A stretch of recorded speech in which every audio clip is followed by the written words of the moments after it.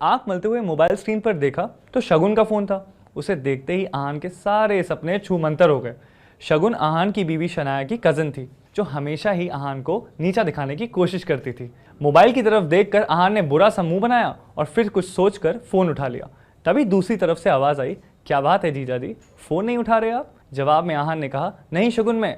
तभी शगुन उसकी बात काटते हुए बोली, खैर वो सब छोड़ो, मेरा एक काम है। साहू ज्वेलर्स पर मेरा एक नेकलेस पड़ा हुआ है, मैंने उसके मालिक को फ़ोन कर दिया है, वो नेकलेस लेकर आप मेरे घर आ जाइए। और हाँ, तभी आहान बीच में बोल पड़ा, शगुन मुझे बैंक जाना है।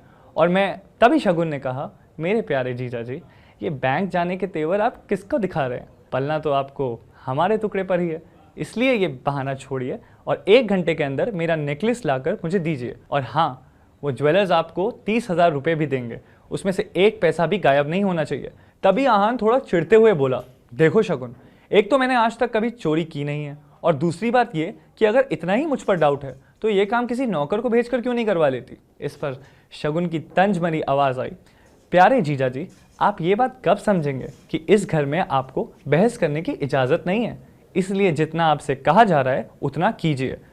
और मैं फिर से आपसे कह रही हूँ कि उस पैसे में से 1 भी रुपया कम नहीं होना चाहिए। ये चीज़ें आप 1 घंटे के अंदर लाकर मेरे घर पहुँचा जाइए, बाय। इतना कहकर शगुन ने फ़ोन काट दिया। आहान अपने मोबाइल को इस तरह घूर कर देखने लगा जैसे वो दुनिया की सबसे मनहूस चीज़ हो।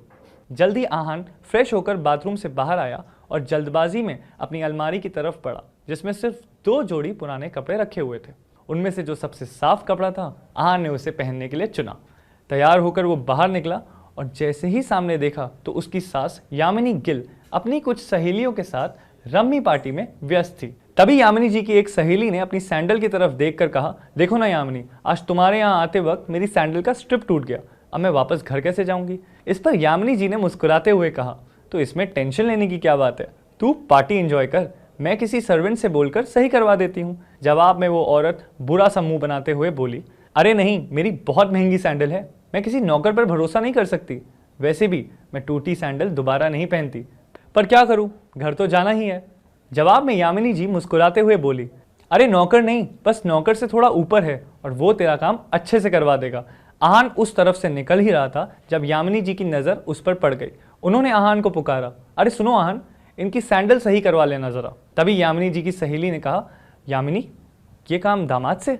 यामिनी उनकी बात बीच में काट कर बोल पड़ी, अरे तुम लोग टेंशन मत लो, ऐसे काम में इनको बहुत मज़ा आता है, किसी के पास और कोई काम है तो भी बता देना। यामिनी जी की ये बात सीधा आहान के दिल पर आकर लगी, मगर अब उसे ये सब हमेशा ही सुनने की आदत सी हो गई थी।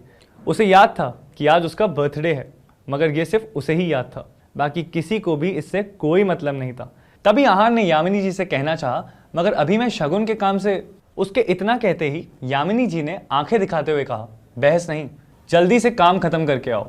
और अब यामिनी जी की सहेली ने आहान को उसकी टूटी हुई सैंडल का स्ट्रिप दिखाकर कहा, बस ये वाली सही करवा के लाना। कहते हुए उसने आहान के हाथ उठाकर सैंडल उसके हाथों में पकड़ा दी।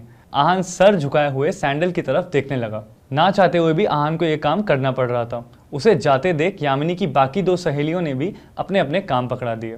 आहान सबकी बातें सुनता रहा और फिर सामने लगी शनाया की तस्वीर देखकर मन में ही बोला, इतनी बेइज्जती के बाद भी अगर मैं इस घर में टिका हुआ हूँ तो सिर्फ इसलिए शनाया क्योंकि मैं आपको खोना नहीं चाहता। I love you. इतना कहकर आहान बाहर आ गया। वो अपनी बाइक लेकर निकला ही था कि तभी रास्ते में उसके मोबाइल पर उसकी बीवी शनाया का मैसेज आया, अच्छा सुनो, क्या आप आज मेरे ऑफिस आ सकते हैं? ये मैसेज पढ़ते ही आहान के होठों पर एक स्माइल आ गई और उसकी पूरे दिन की टेंशन जैसे गायब ही हो गई। आज पहली बार शनाया ने उसे ऑफिस बुलाया था। एक वही तो थी उसकी ज़िंदगी में जिसकी मुस्कुराहट देखकर वो खुद को जिंदा रखता था। शनाया का चेहरा देखे बिना आहान को चैन नहीं आता था। उसके बस में होता तो शनाया की हर एक खुशी के लिए खुद को लाखों बार कुर्बान कर देता। मैसेज पढ़ते हुए आहान मुस्कुरा कर बोला, आज पहली बार आपने मुझे ऑफिस बुलाया है शनाया। मुझे पता था मेरा बर्थडे किसी और को याद हो ना हो, मगर आपको ज़रूर याद रहेगा, इसलिए आपने मुझे बुलाया है। मैं भी बड़ी बेसब्री से आपके सरप्राइज गिफ्ट का वेट कर रहा हूँ। इतना सोचकर आहान ने बाइक स्टार्ट की और अब गिल कंस्ट्रक्शन के ऑफिस की तरफ निकल पड़ा। रास्ते में आहान को एक फूलों की दुकान दिखी। कुछ सोचकर उसने बाइक रोकी और अपना पर्स निकालकर देखने लगा। उसमें सिर्फ 500 का नोट ही पड़ा हुआ था। उस नोट की तरफ देखते हुए आहान ने कहा, ओह, 2 ही जोड़ी कपड़े हैं मेरे पास, बैंक जाने के लिए इन्हीं पैसों से मुझे नए कपड़े लेने थे, पर कोई बात नहीं, शनाया से बढ़कर कुछ भी नहीं। और फिर उस पैसों से आहान ने शनाया के लिए फूलों का वो एक बुके ले लिया। जैसे ही आहान वापस मुड़ा तो उसे शगुन का काम और अपनी सास के दिए हुए काम याद आ गए। उसने एक नज़र घूर कर उस सैंडल की तरफ देखा और कहा, माफ़ करना डियर आंटीज एंड सासू माँ, आपके चरणों को प्रणाम, मगर शनाया से बढ़कर मेरे लिए कुछ भी नहीं, थोड़ा सा सुन ही लेंगे आपसे। इतना कहकर आहान ने वो सैंडल उठाया और पास की झाड़ियों में फेंक दिया। आज वो पहली बार गिल कंस्ट्रक्शन के ऑफिस जा रहा था, जो कंपनी गिल खानदान की थी। ये सोचकर आज वो फूला नहीं समा रहा था कि आज उसका वहाँ पे अच्छे से स्वागत होगा। वहाँ पहुँचते ही आहान तेजी से ऑफिस के अंदर की तरफ बढ़ा ही था, तभी सामने से आ रहे एक आदमी से आहान टकरा गया, जिससे आहान के हाथों में मौजूद बुके नीचे गिर गया। वो व्यक्ति दिखने में काफ़ी अमीर लग रहा था, जिसके जिस्म पर नीला सूट और आंखों पर काला चश्मा चढ़ा हुआ था। उसका नाम देव